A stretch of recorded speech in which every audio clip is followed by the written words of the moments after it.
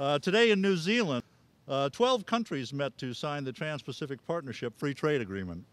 Here in Portland, Maine, we join a nationwide day of action in opposition to the TPP.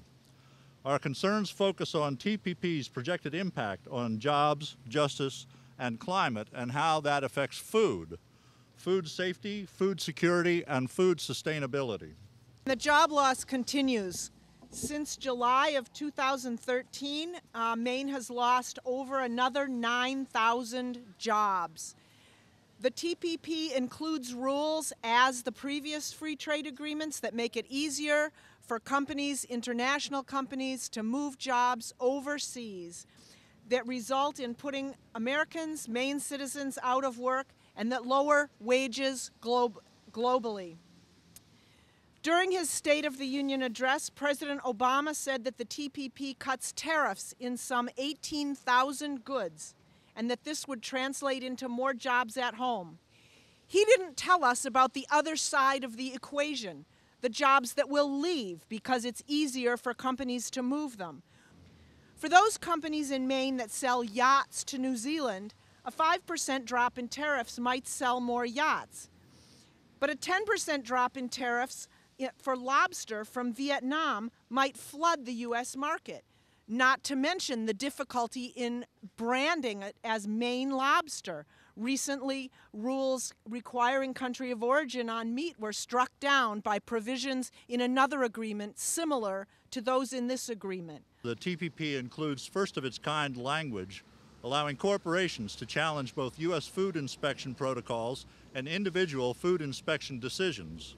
Food safety touches all of us. We all want to know the food we serve, our families, is safe to eat. But the TPP will undermine that by allowing food safety rules to be treated as illegitimate trade barriers. This means that broad areas of our domestic food safety laws and regulations would be more vulnerable to challenge by food and agribusiness industries at international trade tribunals. The TPP will also bring a flood of imported food and fish that will swamp the ability of border inspectors to stop tainted or unsafe food. For example, the TPP would open up U.S. supermarkets to increase fish imports from countries like Malaysia and Vietnam, where fish farmers raise shrimp, crabs, catfish, and even lobster in dirty, overcrowded ponds. To combat disease, the fish farmers feed them drugs and dangerous chemicals that are banned here in the United States because they cause cancer, trigger allergic reactions, and contribute to antibiotic resistance bacteria. The flood of cheap, risky seafood imperils the livelihood of Maine's lobstermen, as well as Gulf Coast shrimpers and crabbers in the Chesapeake Bay. And this is not a theoretical problem. In 2010, the federal government certified that more than 2,400 Maine lobstermen were economically damaged by imports under current trade deals. The TPP poses considerable risk for both lobstermen and consumers.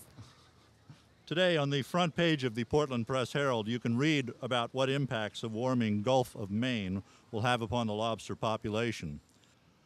Climate change has been left out of the TPP text, but many of its provisions would have important implications for the climate. It expands the right of multinational corporations to challenge regulations.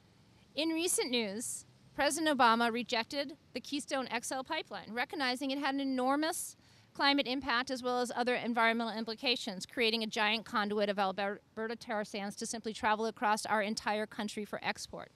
Well, TransCanada didn't like that decision, and in fact is now telling the U.S. that we had no right to stop an international company from building this pipeline. And they are now suing the U.S. government for $15 billion in lost profits. In this case, not in our judicial system, but through the ISDS. The TPP is not a done deal. While President Obama has said he would move the TPP forward, Congress still has to approve it. This morning in the Portland Press-Herald, Congressman Pingree has issued a public statement in opposition to the TPP. We ask you to press for public statements about the TPP from our other congressional legislators. We're the only state in the union, as a matter of fact, where all of our congressional representation oppose the fast track. Maine and Mainers, look, it's time. Prove you are a Valentine. Take a moment to remember, write your own Congress member. No TPP for me. Thank you all very much. This land is my land.